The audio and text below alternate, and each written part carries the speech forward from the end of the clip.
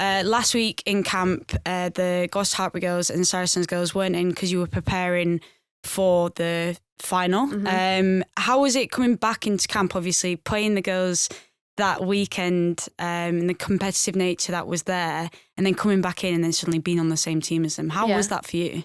I think it was kind of nice. Like, I think we definitely have that culture and that environment now where everyone is just super happy to be around, and we're friends. We're not teammates anymore, we're friends. And there was no like, not hatred, that's a really strong word, but no one had that opinion. I think deep down, people knew that Gloucester were the worthy winners after that game. You know, I think we would have been very lucky to have won that game, especially with the second half performance, like we've said. So it was nice to see everyone, and it was nice to see everyone in the same like colours, obviously in the kit. Obviously there was some really sore bodies, but I think, you know, Mitch got that day really right, and he allowed people to feel and be emotional, and, you know, like you said, like allow people's batteries to be low, and if people's are high, to give them some of their energy, and which I think is really important. And I think that just shows that he is very team first, and he really cares. All of the staff, really, they really care about us as individuals and as a team, and he knows that, you know, if a couple of people are down, it will affect the whole team. So it's just getting everyone into that position where we're all okay, and we're all just bubbling away, and everyone's looking forward to this weekend to play Italy. But I think also, you know, the Gloucester girls got a clap from everyone, and Zoe Allcroft has lost her voice from like singing. So that was really funny when she tries to hold meetings. Everyone's like, husky. It's kind of sexy. I didn't want to say it to her. I was like, Zoe's got a husky voice. But it's been nice. It's been really good to come back in and obviously now be on the same team as everyone. I think that's really important. Yeah, I agree. And obviously touching on the battery thing, I think, you know, that shows a real growth in the England setup, that, you know, we are very, very much aware of people first as well as players. Because I think from the outside, people see us as a performing team, which we are. But, you know, you break it down and you've just got a load of girls that like playing rugby. And, you know, we did speak about people's batteries. And like you said, Kel said she was on 5%. But bless her. As a team, you know, I had a few conversations with the other girls. Like, if your battery's higher, how do you be that? Maud said, I can be her portable charger for the week. So how can I charge? That is so cute. Yeah, how can I charge other people up if my battery's high? Have you got a USB-C? Because that's what my phone is. Yeah, I've got multiple ones who I can charge up. But, you know, it's just that awareness. And, you know, we said it in training yesterday, actually, when we'd basically had our hard training session in the week. And as backs and forwards, we split, and we were doing, it was almost like sevens, but it was tiring. Yeah. And then we had a bit of conditioning. But then we realised that the forwards have just done live mauls, live scrums, and then conditioning. And, you know, we said as a group, how can we charge the forwards up now? Because, you know, we might think ours is hard and it's hard in a different way, but they're going to be absolutely blowing. How can we right now make sure that we all get to that same level? And I think we did it really well. Yeah. And I think, like I said, it's that space that's being created as a culture from both players and staff that, you know, we're having an awareness now. We're not going to mask it. We're not going to distract from it and just go, okay, we're straight back onto the next thing, because, you know, problems will creep up, whether it's on pitch, whether it's in your rooms. And we've got this awareness that we're all striving for the same thing, and we all want to be there, and we want to be happy being there. So it was really cool to hear that from Mitch and feel like, oh wow, okay, well, actually we can do this. We were playing golf with Hannah Bottoman on the bit of grass that was outside. But, you know, she said that will fill my battery, so I just need to hit some balls, and we were like, all right, we'll hit some balls with you. Yeah, exactly. We weren't very good at it. No, we were terrible. But it was nice to be able to do that, because you could just be. I felt like, well, we can just be right now, and we're going to have a really good week because we've had that day to, have meetings and get back on the same page, back into the Red Roses mindset as opposed to PWR. Yeah. But it set us in really good stead for the week that we've just had of training, and obviously the Six Nations kicking off this weekend. Yeah, for sure. Someone has actually asked us in listeners' questions this question, or they want to understand it more, which you had alluded to when you just spoke then about our average day in camp. So, like, obviously we know what we do, but people don't know the day-to-day, like what kind of happens. You don't have to go into detail of what you eat for breakfast, but maybe like that we get up, obviously we go for breakfast, like stuff like that. I think people are interested. Yeah, of course. And I think the thing is with camp, every day looks kind of different. So today is like rest and recover day off to go do what you want to recharge that battery, right? But then, game week looks different to pre-game. So when we've been in Bristol the past few weeks, it's been like 3 days or 4 days back-to-back training. Whereas this week, because we do have a game, you do have a down day to recover.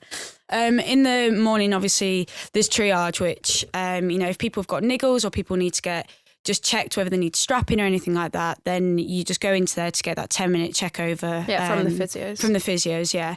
And then, so then we're going to units. So that means obviously the backs and forwards split because that's your backs unit and forwards unit. And you do skills that are more tailored for that. So for us, it might be scrum strikes or aerials or kicking, whatever it is. And then we went into the gym, and yesterday was our lower body day. Because, obviously people at home, when you go to the gym, I don't even know what it is because I've never done a gym program that's just been set by myself, because it's always been set by people. But as a rugby player, you almost do like a lower body day, upper body day, then a mix, and then it might be like a jumps day for power. So we went into gym for that, and then we went back to train, and it was more like contact skills. Yeah, we've been Mitch has brought like 3 different groups in. Not going to go into too much detail about them, but there's just like kind of different sub-units to the team, and we then go into those groups and do contact skills around that. So that tailored towards that. So for instance, like I can talk about ours. So like ours will be like maybe like an edge breakdown, what we want to do, which I think is really good, and it's really short and sharp, which I think allows everyone to be really focused in that moment, get loads out of it, intense, and then done. Yeah, which I think is really important. That around that kind of skill, you kind of sometimes do need to go full in around like contact area. But actually, if you know it's only going to be 15-20 minutes, you're then like, oh, okay, done now. And I think that's really important. And then we actually had lunch, I think. Yeah, we had lunch. It was Mexican themed. Yeah, Mexican themed lunch. And also what I've noticed these camps more than last is we've got more time around lunch, because they want us to obviously be able to digest our food before going into the next session. But that allows not just to eat, be done, go back into training. It's almost like eat, recharge your battery, do whatever you want to do, have a coffee, go on a little walk, whatever it is, and then be really set and focused for the next session, which is quite nice. And like I said, with the sun shining at the moment, obviously we're in England, it's not going to be forever, but it's really nice at the moment because you do really feel present when you don't, you can focus on it. Yeah, we then had a team meeting to talk about our focus for the training session, and yesterday was like a bit of a D-Day, so like defensive focused, with Catty, our defence coach. Whilst obviously Sarah having had a baby on a maternity leave. And then we do the session. Not going to give anything away because it's our game plan. So haha. Just have a watch it the weekend. And then we actually finish the session, and we have something called robustness. Which is something you go back into the gym and you do like hamstring exercises, calf exercises, adductor exercises, which a lot of like isometric holds, like you hold something for like tendons. Yeah, for like 5 seconds, 10 seconds. But the research shows that doing that, I think the research shows doing that after a session is more beneficial than before. Yeah. Under fatigue kind of, which I guess stresses the tendons more. Yeah, and also robustness is the thing that keeps you on the pitch and keeps you training, because hopefully keeps you on the pitch. Hopefully, yeah, of course. So obviously, you can do your prehab, rehab, you can get really strong in the gym, but the thing that keeps your muscles working is those tendons and ligaments, and to keep them firing, to make sure that you're strengthening them outside of training in the gym or training on the pitch is really, really important, because obviously we're wanting everyone to be fit and healthy and strong and fast. Yes. And then there's like some recovery. So there's ice baths and there's saunas that you can go into. And then there's more triage, there's more treatment, physio slots available for people to get soft tissue, needles, shockwave, which is really good. And then, we go back to the hotel, shower, chill, and then we try and do something around culture and togetherness and bonding. Yeah, one of our culture phrases is bond. And so we go for a meal out in your like subgroups, which is really fun. Or you don't have to go out. You can get a Deliveroo. Others are available. or you can go to restaurants, which is really, really, really nice. And you can switch off and, you know, be in casual clothes. Surround yourselves maybe with not the people that you normally hang around with, which I think is really nice. And that culture has really grown that you can kind of go out with anyone now, and it's a really nice time. Yeah. My group went to Giggling Squid, and it was really, really nice. Nice. We were meant to go out to Nando's, but then we decided just before that we wanted a delivery. We wanted to eat it back at the hotel. I think a few tired bodies and stuff. We just wanted that space. But like you said, it's that ability to be with different people, but also, you know, just read the room a little bit and what does everyone want. And one of the things that we do is like a net seat policy anyway at lunch. So it doesn't matter who sat there, you're going to be sat next to them, so you don't end up having like little cliques everywhere. But I think that's really helped because it doesn't matter what group you're in. I feel very comfortable being sat with anyone or going out to a restaurant with anybody, because it is that one team mentality, and it doesn't feel like forced culture. It's something that's been built, and we're all always adapting and always trying to grow in it. And to be able to have that night, it's not every night that we go for Nando's and Squid, but to have that night to be able to do that is definitely helping our bond. But then, we go to sleep, and then like Ellie's alluded to, today is like our recovery day, recharge your battery. There's like yoga in the morning, which is optional. Obviously the hotel has a pool, has a sauna, which is good, really good for recovery. And then just, chill. You can go get coffees if you live like near your home, obviously see partners, like switch off, so whatever, which I think is really important. And I think it's really working really well for us 100%. So far.